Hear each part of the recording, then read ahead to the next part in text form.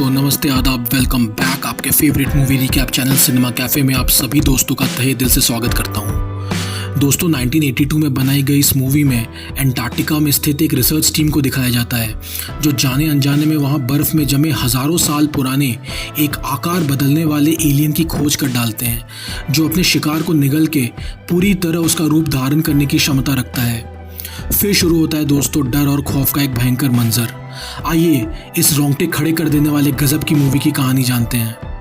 Film के पहले scene में एक एलियन स्पेसशिप को अंतरिक्ष में उड़ता हुआ दिखाया जाता है जो एंटार्क्टिका के पास पृथ्वी के वायुमंडल में प्रवेश करता है। एंटार्क्टिका में 1982 की सर्दियों के दौरान एक हेलीकॉप्टर को एक हस्की ब्रीड के कुत्ते के पीछे तेजी से उड़ता हुआ दिखाया जाता है। पायलट के बगल में बैठा व्यक्ति कुत्ते को मारने के लिए अपनी राइफल से अंधाधुंध गोली चलाता है और ग्रेनेड्स भी गिराता है।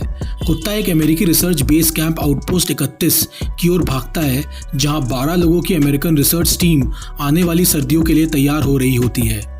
अमेरिकन्स अपने बेस कैंप के चक्कर काटते हुए हेलीकॉप्टर को नॉर्वेजियन रिसर्च बेस कैंप का होने की पहचान करते हैं। उनमें से एक ग्रेनेड का पिन खींचता है और बड़े अजीब ढंग से उसे अपने पीछे फेंक देता है।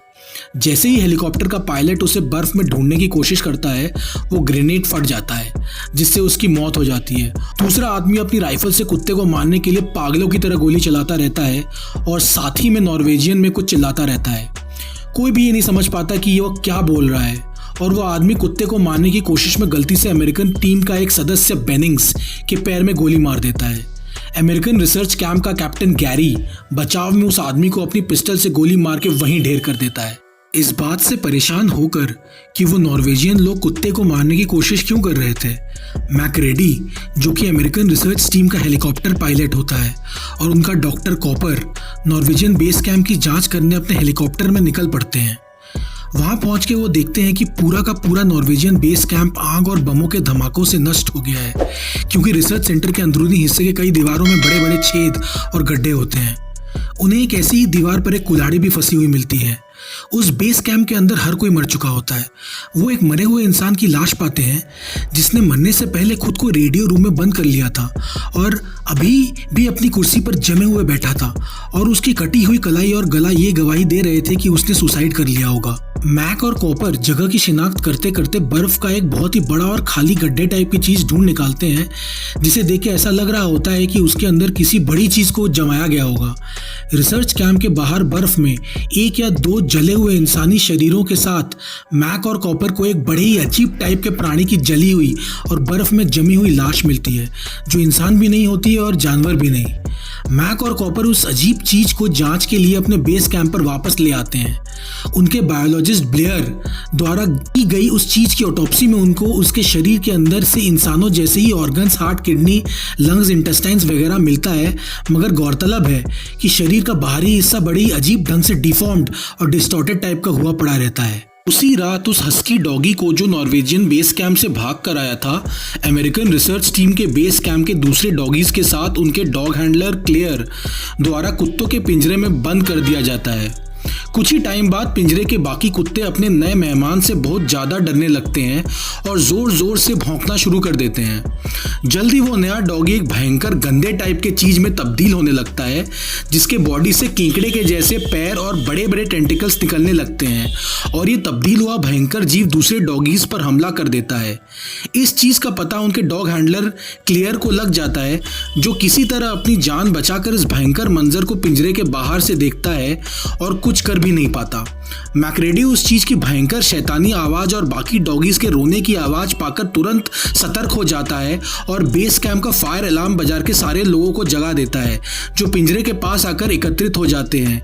वो देखते हैं कि वो भयानक कुत्ते जैसा जीव बाकी डॉगीज को एक एक करके खा रहा होता है। फिर उस जीव का एक हिस्सा अचानक से बाकी हिस्सों से अलग हो जाता है और छत का सहारा लेके खुद को ऊपर खींच लेता है।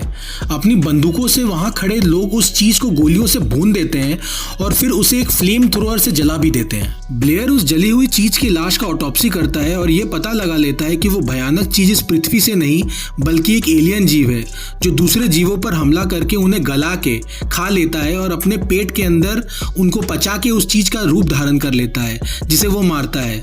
वो नॉर्वेजियन बेस कैंप से मिली एक वीडियो टेप भी चलाते हैं जहां वो देखते हैं कि बहुत सारे नॉर्वेजियंस एक अनजान लोकेशन में कुछ काम कर रहे हैं। जब वो बर्फ में ढके एक अनजान चीज के चारों ओर एक घेरा बनाते हैं और इस चीज को बर्फ से निकालने के लिए थर्माइट और डायनामाइट चार्जेस का इस्तेमाल करते हैं। अगले दिन मैक्रेडी, पामर और नॉरिस के साथ उस स्थान पर हेलीकॉप्टर से जाता है जहां पर नॉर्वेजियंस काम कर रहे थे। जिस जगह के बर्फ की मोटी परत को नॉर्वेजियंस ने डायनामाइट चार्जेस से उड़ाया था, उसी जगह पे उनको एक बहुत बड़ा एलियन स्पेसशिप मिलता है। मैक नॉरिस से पूछता है कि जहाज कितने समय से बर्फ में दफन होगा, तो नॉरिस अनुमान लगाता है कि कम से कम 1 लाख वर्षों से ये एलियन स्पेसशिप यहाँ पे दफन होगा जब नॉर्वेजियंस ने आकर इसको बर्फ से निकाला। दुर्घटना स्थल के ऊपर उन्हें एक जगह बर्फ का बड़ा सा टुकड़ा गायब मिलता है जहां नॉर्वेजियंस ने उस एलियन जीव की खोज की थी और उसे वहां से हटा दिया था। आउटपोस्ट 31 पर वापस मैक पूरे घटना का यह एनालिसिस करता है कि नॉर्वेजियन लोगों ने बर्फ के टुकड़े को पिघलाने के बाद प्राणी को जगाया होगा जो 1 लाख साल से बर्फ में जमा हुआ था और लंबी नींद से जागने के बाद उस चीज ने तुरंत उन पर हमला करना शुरू कर दिया होगा। उसी शाम ब्लेयर उस चीज के बॉडी सेल्स कोशिकाओं का स्टडी करता है और पाता है कि ये बेहद खतरनाक और जानलेवा सेल्स अपने आसपास के सारे सेल्स को अपने अंदर समा के उनका रूप धारण कर ले रहा है। ब्लेयर अपने कंप्यूटर पर अपनी की हुई सेल एनालिसिस का रिपोर्ट रन करता है और कंप्यूटर उसे उत्तर देता है कि उनकी रिसर्च टीम के एक या अधिक सदस्यों के एलियन जीव से संक्रमित होने की संभावना लगभग 75% है और यदि एलियन सेल्स का कॉन्टैक्ट पृथ्वी के साधारण जनजीवन से हो गया तो पहले संक्रमण के बाद पृथ्वी की पूरी आबादी ठीक 27,000 घंटे या 3 साल से थोड़े अधिक समय में 100% संक्रमित हो जाएगी। रिसर्च टीम उस चीज की जली हुई लाशों को स्टोर रूम में रखने का फैसला लेती है। ब्लेयर का असिस्टेंट बायोलॉजिस्ट फ्यूक्स मैक्रेडी से प्राइवेटली बात करने की इच्छा जाहिर करता है। वो मैक को बताता है कि वह ब्लेयर के इस एलियन पर किए हुए स्टडी के नोट्स को देख रहा था और उसने पाया कि ब्लेयर का मानना है कि उन जीवों के जले हुए अवशेषों में जीव की कोशिकाएं अभी भी जीवित हैं और एक्टिव हैं।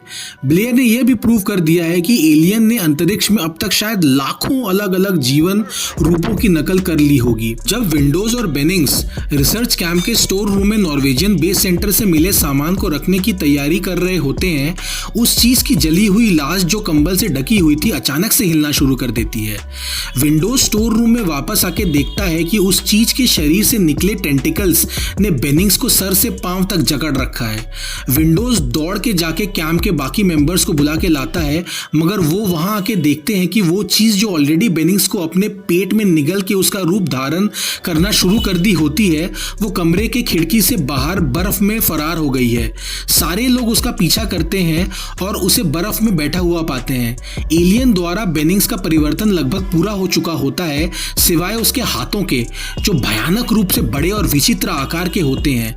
मैक और टीम उसे जिंदा जला देती है और फिर उसके साथ उस एलियंस के बाकी बचे कुचे लाशों को भी जला दिया जाता है।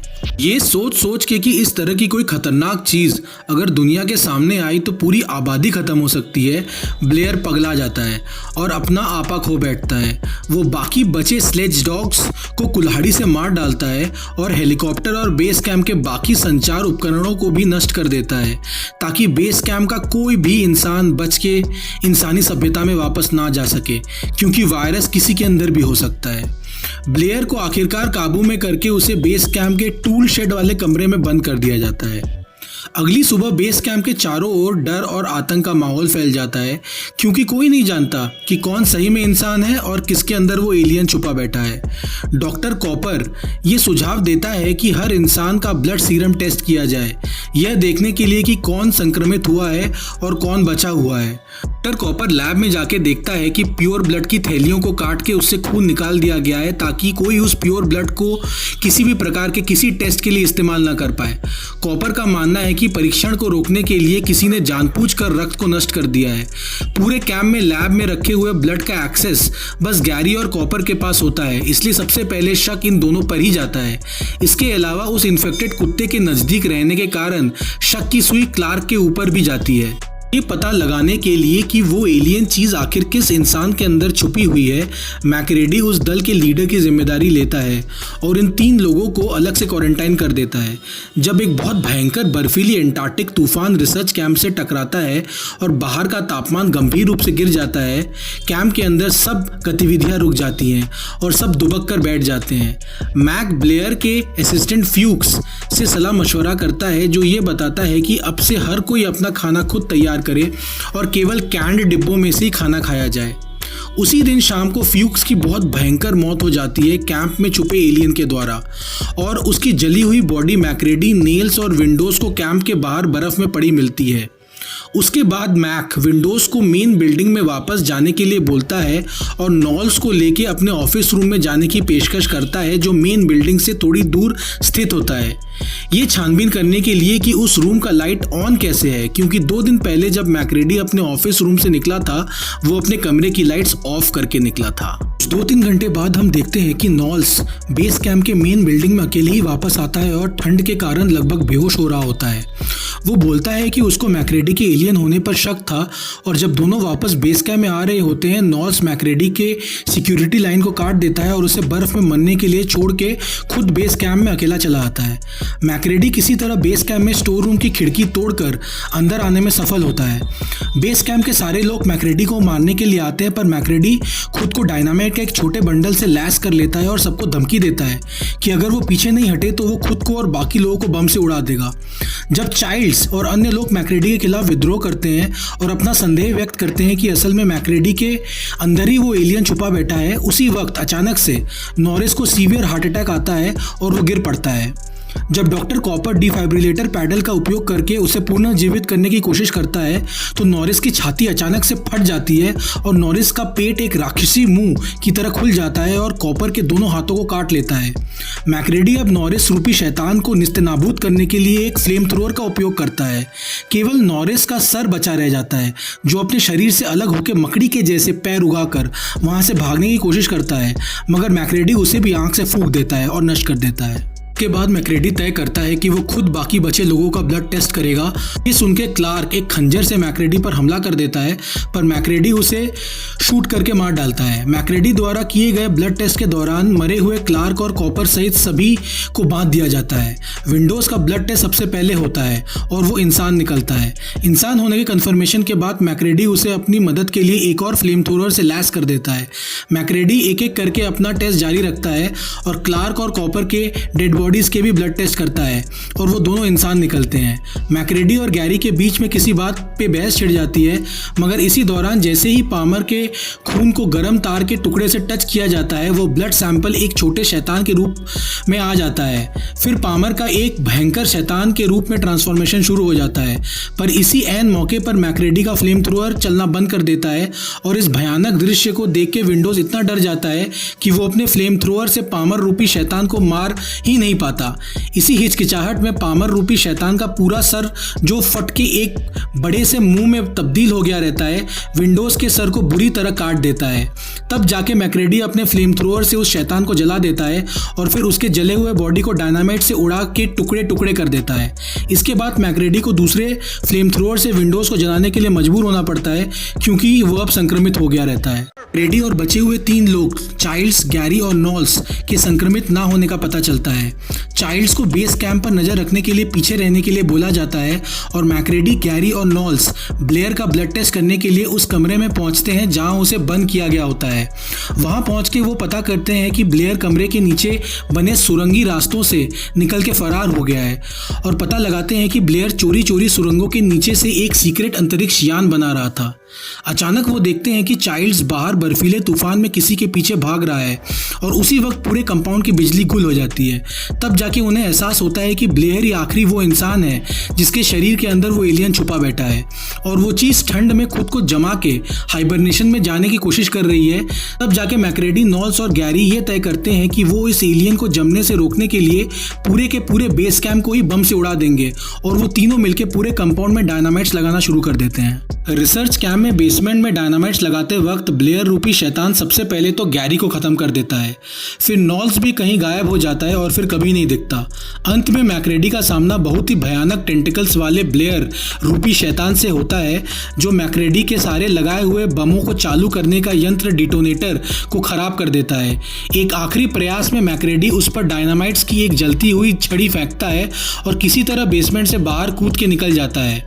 उसके बाद सारे लगे हुए डायनामाइट्स एक साथ फट जाते हैं और पूरे रिसर्च कंपाउंड में भयंकर विस्फोट के साथ आग लग जाती है और हम इससे अनुमान लगा सकते हैं कि इतनी गर्मी में वो एलियन भी पिघल के मर गया होगा।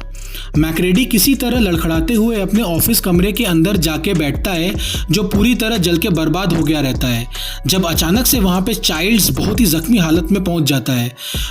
दोनों इंसान एक दूसरे के आमने सामने थकी हालत में बैठ जाते हैं। उनमें से ये कोई भी नहीं जानता कि दूसरा इंसान एलियन है भी या नहीं।